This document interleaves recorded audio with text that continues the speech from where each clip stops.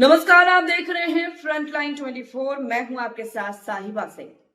बेनीपट्टी विधानसभा में चुनाव से पहले जमकर हंगामा शुरू हो गया है। मैथिली लोक गायिका मैथिली ठाकुर जब से चुनाव लड़ने की बात कह दी है, तब से यहां हंगामा देखा जा रहा है। अब सवाल उठता है कि आखिर क्यों हो रहा है मैथिली का अपने ही गृह क्षेत्र में इतना विरोध? क्या है इसकी वजह?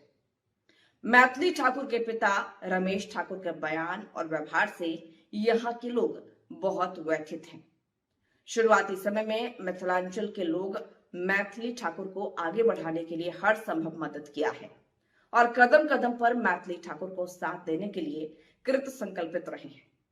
लेकिन मैथिली जब लाइमलाइट में आने लगी तो वे मिथिलांचल को ही अनादर करने लगी।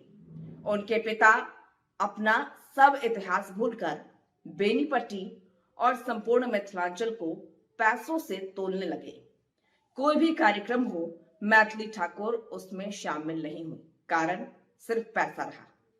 रमेश ठाकुर इतने पैसों का डिमांड करने लगे कि आयोजक कभी हिम्मत नहीं जुटा पाए कि मैथिली को मंच पर बुलाते।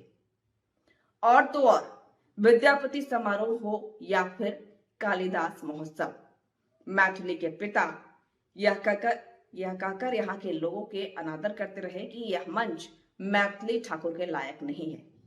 उन्हें अपने ही लोगों से इतना नफरत हो गया कि किसी का कुछ सुनते तक नहीं है। इतना घमंड और अभिमान देख लोग उनसे दूर होते चले गए। जिस मैथिली ठाकुर को बेनीपट्टी मधुबनी के लोग इतना प्यार दिया कि देखते ही देखते स्टार बन गई, उस धरती को भूली ही नहीं बल्कि तिरस्कार भी करने लगी।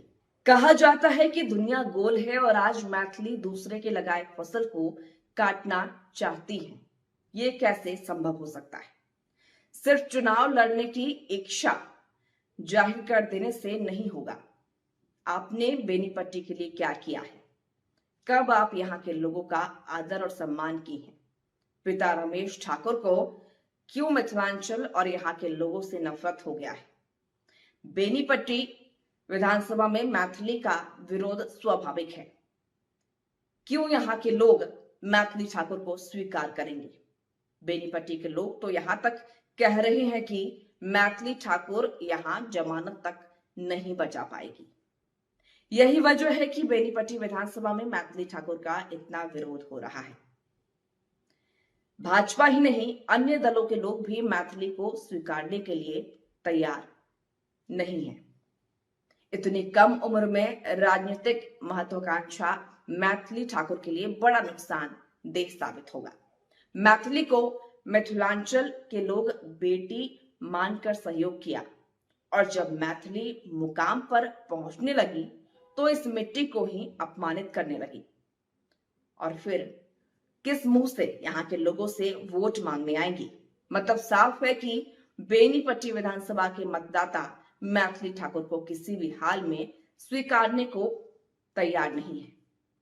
वहीं जनसुराज ने परवेज आलम को अपना प्रत्याशी बनाकर यहां नया विवाद खड़ा कर दिया है।